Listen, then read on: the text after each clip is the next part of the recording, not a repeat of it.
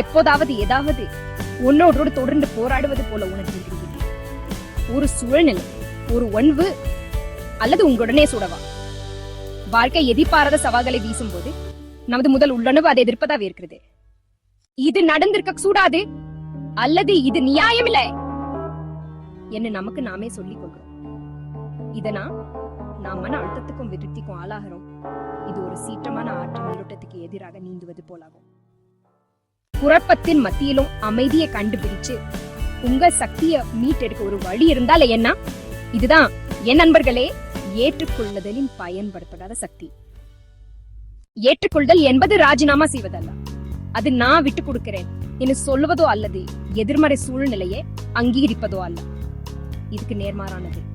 ஏற்றுக்குவது என்பது யதார்த்தத்தை மதிப்பிடாமல் அல்லது எதிர்க்காமல் உள்ளது உள்ளபடியே அங்கீகரிப்பது. போக்குவரத்து நெரிசலை அது மறைந்துவிட வேண்டும் என்று விரும்பாமல் காண்பது.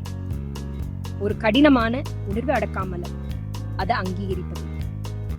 ஒருவரை நடத்தை நீங்க குறைட்டாலும் அங்கீகரிப்பது. அப்படியானா இது ஏன் இவ்வளவு சக்தி வாய்ந்தது? இது போராட்டத்தை நிறுத்துகிறது. உங்க கட்டுப்பாட்டுக்கு அப்பாற்பட்டவற்றுடன் போராடுவதை நிறுத்துகிறீங்க.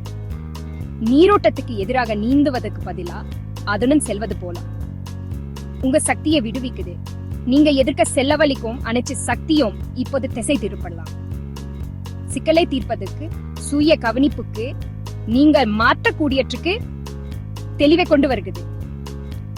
உணர்ச்சி போராட்டம் குறையும் போது நீங்க தெளிவா சிந்திச்சு சிந்தனையிடம் பதிலளிக்கலாம்.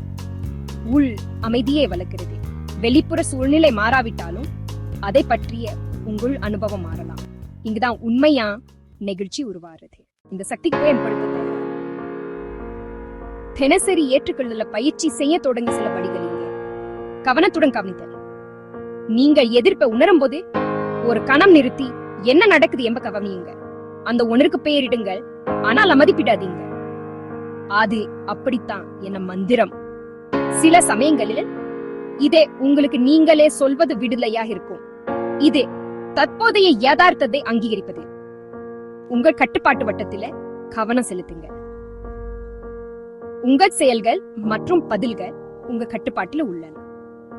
வெளியே உள்ளவற்றை ஏற்றுக்கிட்டு உள்ளே உள்ளவற்றில கவனம் செலுத்துங்க. நன்றியுணர்வை கடைபிடிங்க. கடினமான சூழ்நிலைகளிலும் நன்றி சொல்ல ஒரு சிறிய விஷயத்தை கண்டுபிடிங்க. இது உங்க பார்வையை விரிவுபடுத்தும். யதார்த்தத்துடன் போராடாமல் இருப்பதன் சுதந்திரத்தை கற்பனை செய்து பாருங்க. இது பிரச்சனைகளை புறக்கணிப்பது பற்றியது அல்ல, மாறாக பலத்தின் இடத்திலிருந்து அவற்றை அணுகுது பற்றியது. இன்று இதை முயற்சி செய்ய நான் உங்களுக்கு சவால் விடுகிறேன். அடுத்த முறை அந்த பழக்கமான எதிர்ப்பு உணர்வை நீங்கள் உணரும் போது ஒரு கணம் நிறுத்துங்க. ஆழமா சுவாசித்து ஏற்றுக்கொள்ளுதலின் சக்தியை பயிற்சி செய்யுங்க.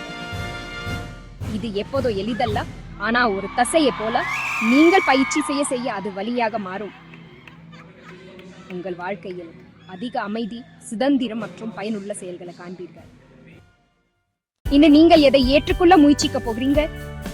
கீழே உள்ள கருத்துக்களை எங்களுக்கு தெரியப்படுத்துங்க.